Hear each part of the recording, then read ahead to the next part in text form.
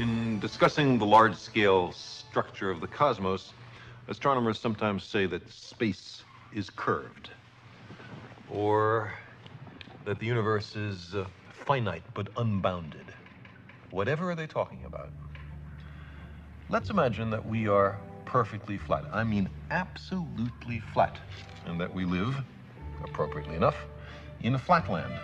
A land designed and named by Edwin Abbott, a Shakespearean scholar who lived in Victorian England. That into flatland, hovering above it, comes a strange three-dimensional creature which, oddly enough, looks like an apple. And the three-dimensional creature sees an attractive, congenial-looking square, watches it enter its house, and decides in a gesture of interdimensional amity to say hello. But after a while, he comes to realize that he is seeing inside closed rooms in flatland. He is looking inside his fellow flat creatures. He is seeing flatland from a perspective no one has ever seen it before to his knowledge. Getting into another dimension provides as an incidental benefit a kind of X-ray vision.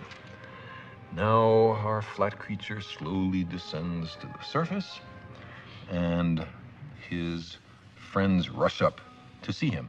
From their point of view, he has mysteriously appeared from nowhere. He hasn't walked from somewhere else. He's come from some other place.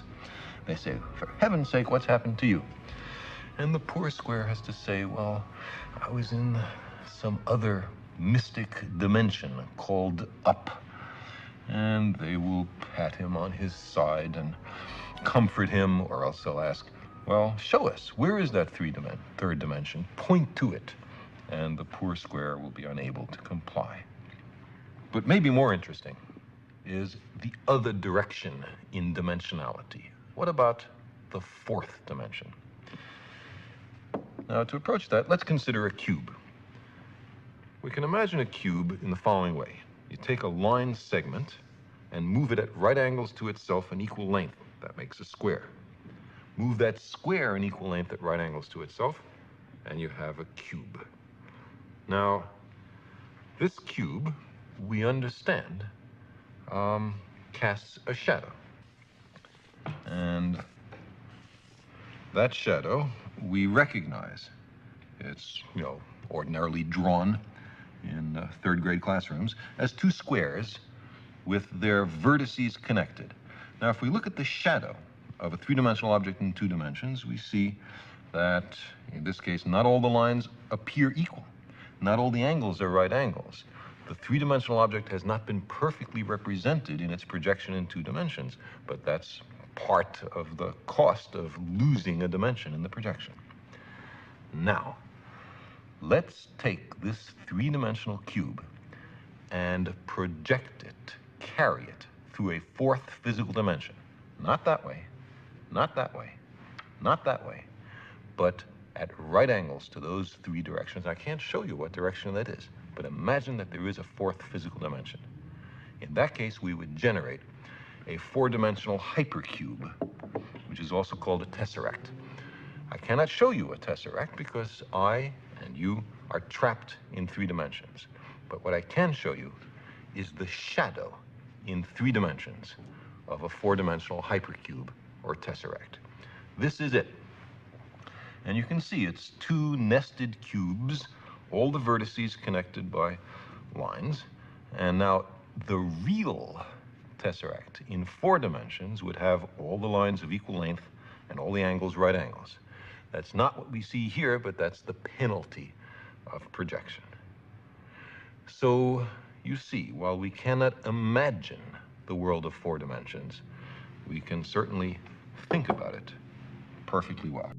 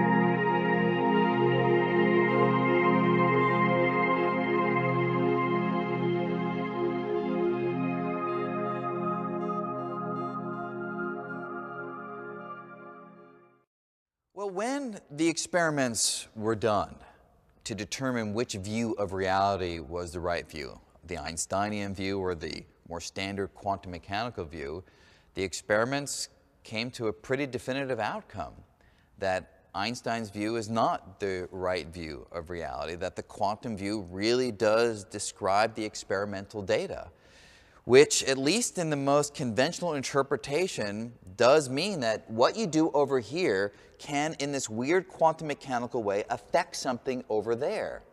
Now, if that's the case, what can you do with this? Well, one thing that people have been able to do is quantum teleportation. That is, you take an object over here and interact with it in a certain quantum mechanical way that allows an influence to happen over there, and the influence over there allows you to recreate the object that you started with over here at that distant location.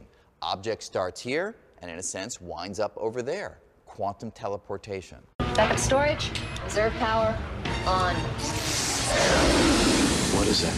It's your Stargate. We've opened a doorway to a world we know nothing about. The beam has locked itself onto a point somewhere in the Kalium galaxy. It's on the other side of the known universe. Your turn now. They prepared for danger. Begin final evacuation. They expected the unknown. Stabilizing system. Initiated commencement sequence. But they could never have imagined this.